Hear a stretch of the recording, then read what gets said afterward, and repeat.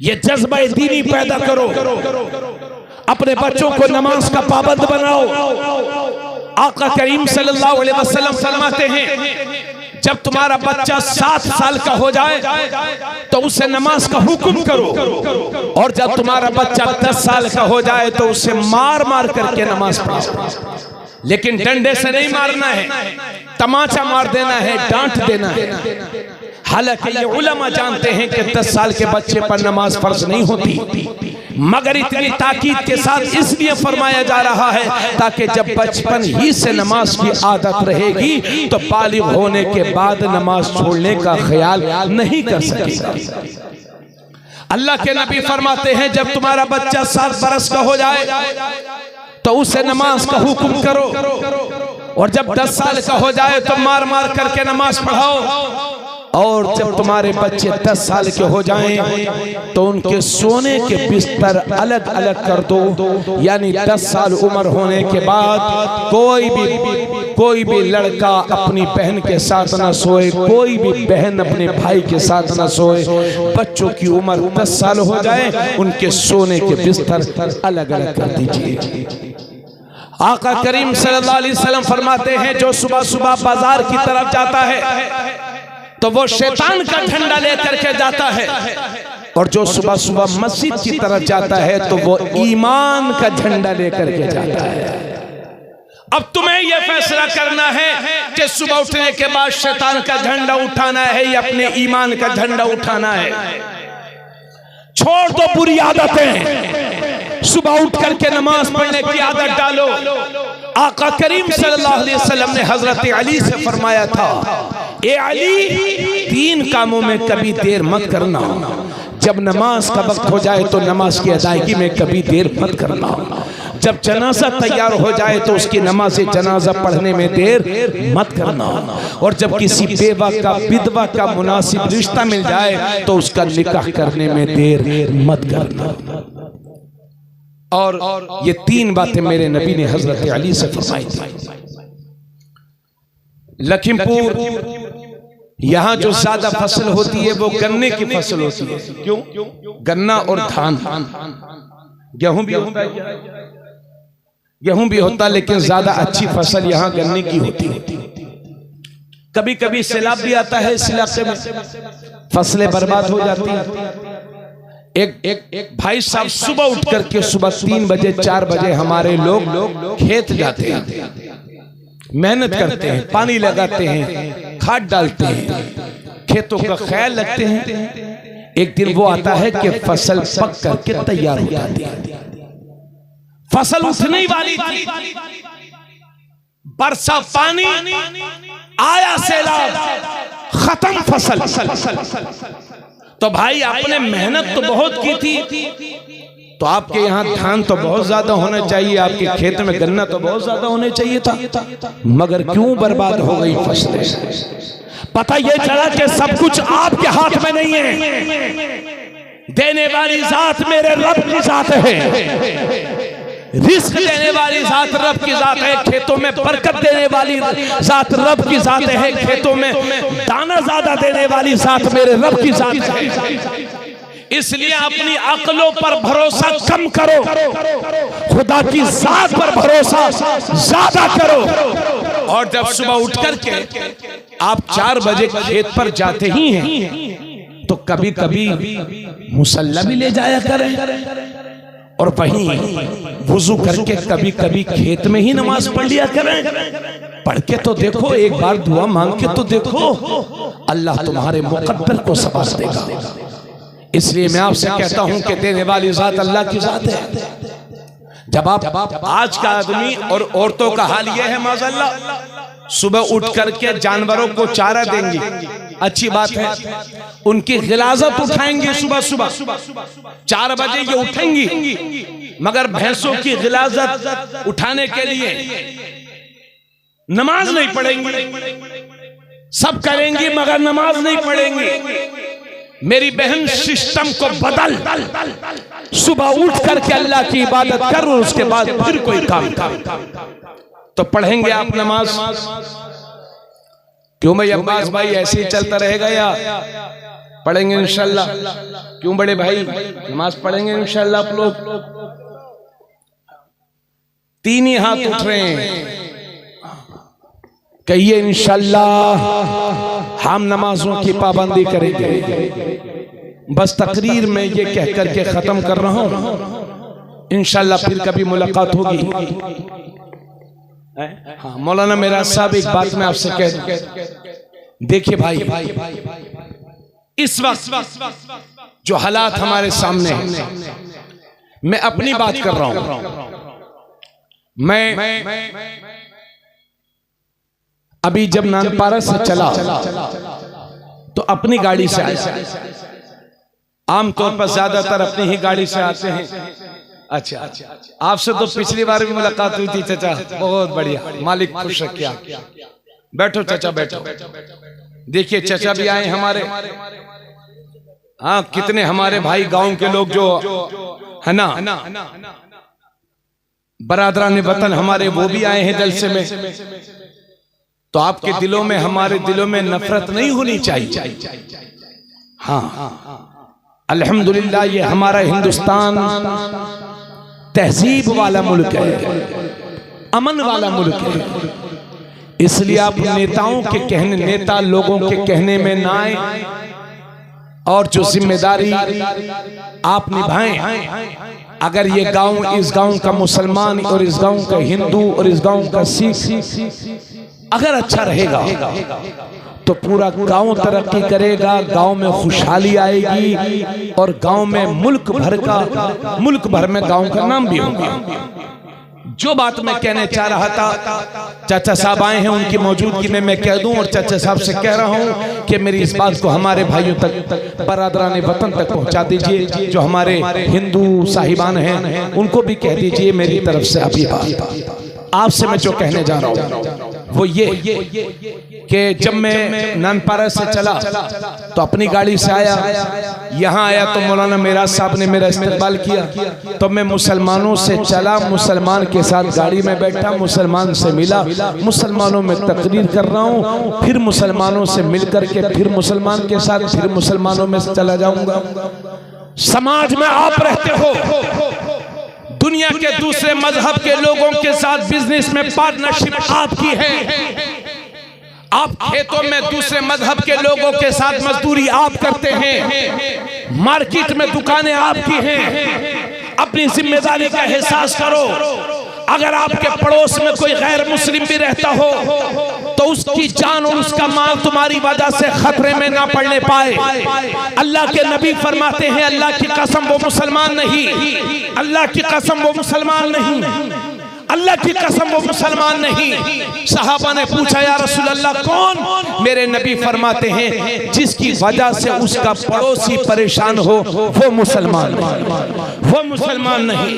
नबी ने फरमाया मुसलमान वो है कि जिसकी वजह से उसके पड़ोसी की जान और उसके माल को खतरा ना हो।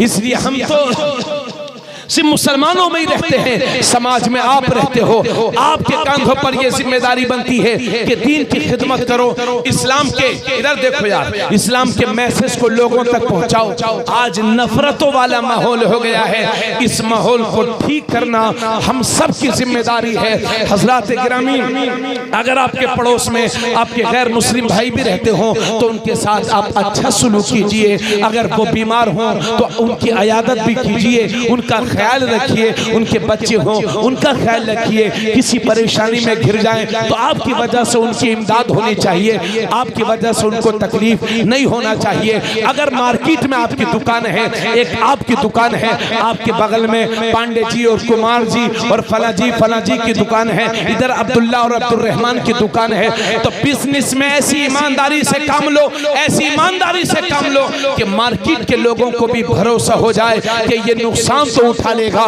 मगर हमारे साथ फराड नहीं करेगा, ये हमारे साथ झूठ नहीं बोलेगा, हमारे साथ ये जुल्म ज्यादती नहीं करेगा। अगर आप खेत में मजदूरी कर रहे हो तो उनके साथ में आपकी जबान अच्छी होना चाहिए, खेत आपका हो। अगर मजदूरी कोई गैर मुस्लिम भी आपके खेत में करता हो तो उसके साथ आपका सुलूक गलत नहीं होना चाहिए। आप उसको मजदूर न समझें, अपना भाई समझें, उसका मेहनताना पेश करें। आज के दौर में ये हम सब की जिम्मेदारी बनती है। मैं कहने का मतलब ये है कि आप जहां रहो वहीं दीन की खिदमत करो, सच्चे पक्के मुसलमान बनो। इस्लाम जैसा तुम्हें चलाना चाहता है वैसा चलो। अब तुम दूसरों के साथ फराड करोगे, दूसरों की बहन बेटियों के साथ छेड़खानी करेंगे हमारे लड़के, और माज़अल्लाह सदबार माज़अल्लाह उनको सताओगे, उनके पैसे मारोगे, उनको मारोगे, उनके दिलों में तुम्हारे दिलों में उनके लिए नफरत होगी। तो कहीं ऐसा ना हो कि तुम्हारी बदअमलियों की वजह से, तुम्हारे बुरे कामों की वजह से दुनिया की दूसरी कौमें तुमसे नफरत न करने लगे, और नफरत यहां तक पहुंच जाए कि तुम्हारे साथ साथ तुम्हारे दीन को ना बुरा भला कहने लगे।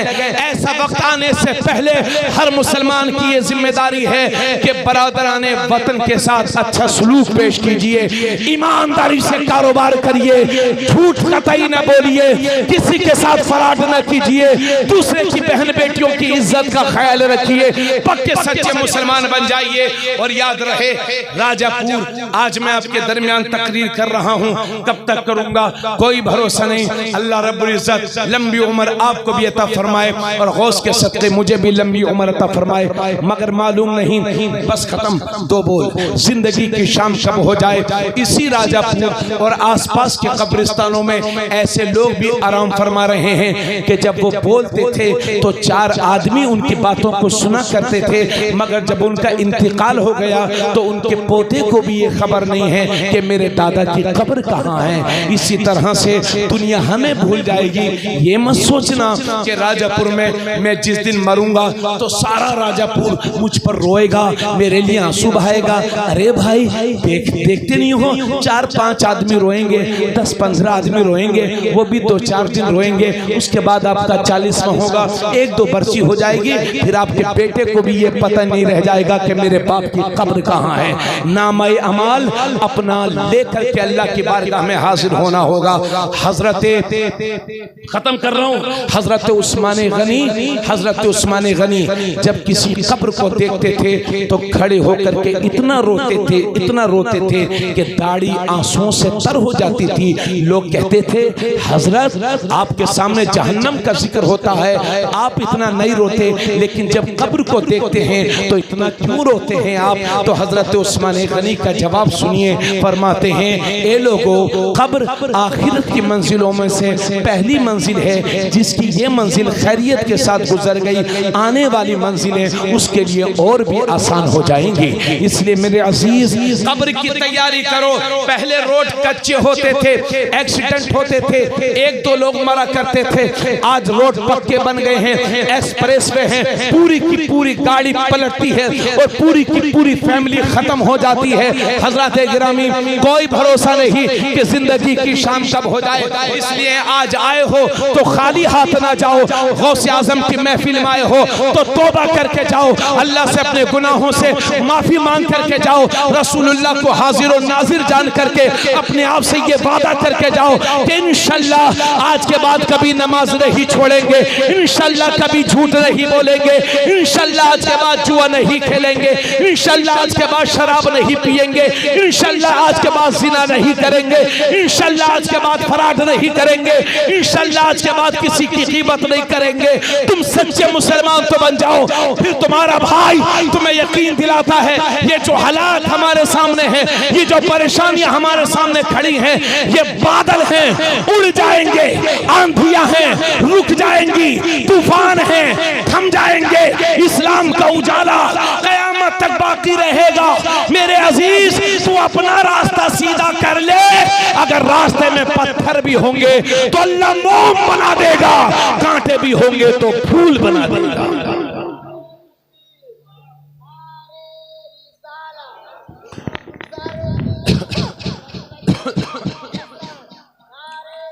आज भी हो इब्राहिम सा ईमा पैदा, आकर सकती है अंदाज़े गुलिस्तान पैदा।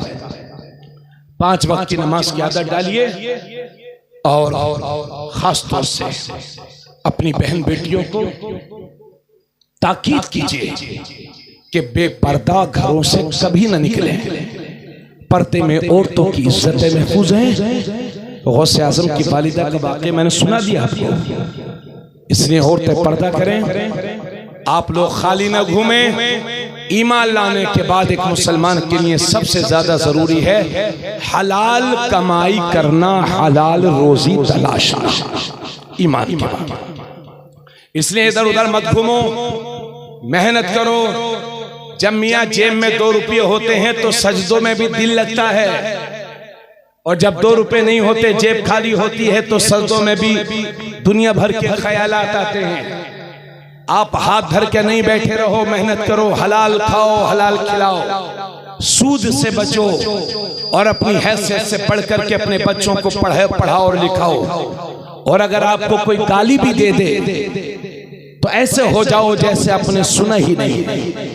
अपने बच्चों को भी ये सिखाओ कि बेटे गुस्से को बर्दाश्त करने की आदत डालो, इसलिए कि हुजूर फरमाते हैं बहादुर वो नहीं है जो दूसरे बहादुर को मैदान में पछाड़ दे, बल्कि बहादुर और पहलवान वो है जो दूसरे बहादुर और पहलवान वो है जो गुस्से के वक्त में अपने आप को कंट्रोल में रखे। अभी गांव देहातों में प्रधानी के चुनाव आ रहे हैं, वोट देना आपका हक है। वोट आपको ये सबको हक हासिल है कि कोई सा भी प्रधानी के उम्मीदवार बन सकते हैं, लेकिन इस प्रधानी के पीछे अपने गांव में नफरतों के माहौल मत खड़े करना, मरे जाना, उसके पीछे लड़ना फिरना, यह आपके गांव में बिल्कुल नहीं होना चाहिए, किसी भी गांव में नहीं होना चाहिए। अपना वोट जिसको आपका दिल करे दीजिए, मगर किसी से लड़िए नहीं, झगड़िए नहीं, और अपने नौजवान बच्चों को प्रधानी के चुनाव में ज्यादा शामिल मत कीजिए। इन्हें काम पे लगाइए, पढ़ाइए, आगे बढ़ाइए, 5 वक्त की नमाज की आदत डालिए, अपने घरों में सुन्नतों का माहौल कायम कीजिए, बहन बेटियों के सामने हुजूर की आजमतों के जिक्र किया कीजिए, गौसे पाक की करामतों के जिक्र किया कीजिए, उनकी मशक्कत बर्दाश्त करने की आदत का जिक्र किया कीजिए। इंशाअल्लाह फिर कभी तो मेरी बातों पर अमल होगा। क्यों भाई, बहुत सारे लोग हमें धोखा दे करके चले गए, मगर आपने साथ दिया, आखिर तक बैठे रहे, है ना। मैं हिम्मत हारा लेकिन आप नहीं हारे, नतीजा ये हुआ कि माशाल्लाह मैं भी दिल लगा करके बोलने लगा, आप भी दिल लगा करके सुनने लगे। अल्लाह आपके सुनने को कबूल फरमाए। और मेरी बहनों, अब कभी जलसे में आना तो या तो आना ही मत, और अगर आना तो बगैर बुर्के और बगैर चेहरे को ढके मत आना। और मौलाना मेराज साहब, मैं आपसे कहता हूँ इन मर्दों के लिए पर्दा लगाइए मत लगाइए, मगर औरतों की तरफ ये जरूर लगा दिया कीजिए। ऐसा जलसे में ऐसा जलसा जायज नहीं है कि जहां मर्द और औरत का के दरमियान बेपर्दगी हो। और ये नौजवान लड़कों को देखा गया है, ये जलसे में जाते हैं नौजवान लड़के, तो ये हरकतें करते हैं, ये वहीं जाके बैठेंगे जहां औरतें बैठेंगे, वहीं जाके घुसे। समझाओ इन्हें, तरबियत दो इन्हें। और इस बेहयाई से आपको अपने बच्चों को बचाना है। आपका बच्चा जवान हो जाए, जल्दी से उसकी शादी कर दीजिए। शादी में ताखीर होगी, गुनाहों का बोलबाला होगा। जिना से बचाना चाहते हो अपनी नौजवान नस्ल को, तो वक्त पर उनकी शादी कर दीजिए। ज्यादा लालच, जहेज के लालच और ज्यादा बड़ी शादी करने के चक्कर में अपने बच्चों की शादियों को ताखीर मत कीजिए। आका करीम सल्लल्लाहु अलैहि वसल्लम फरमाते हैं, जिस बाप ने सही वक्त पर अपने बच्चों की शादी नहीं की, निकाह नहीं किया, और उसकी औलाद से गुनाह सरजद हो गया, तो जितना गुनाह उस जानी और जानिया को मिलेगा, उतना ही गुनाह उसके उन माँ बाप को मिलेगा जिसने सही वक्त पर अपने बच्चों की शादी निकाह नहीं किया था।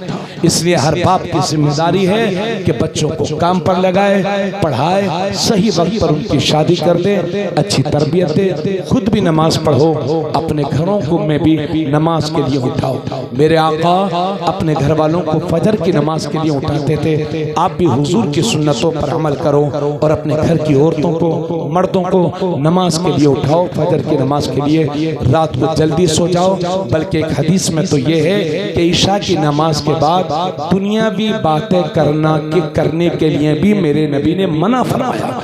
दुनियावी बातें करना ईशा के बाद मकरूह है। सो जाओ ताकि जल्दी सो जाओगे, सुबह जल्दी आँख खुलेगी।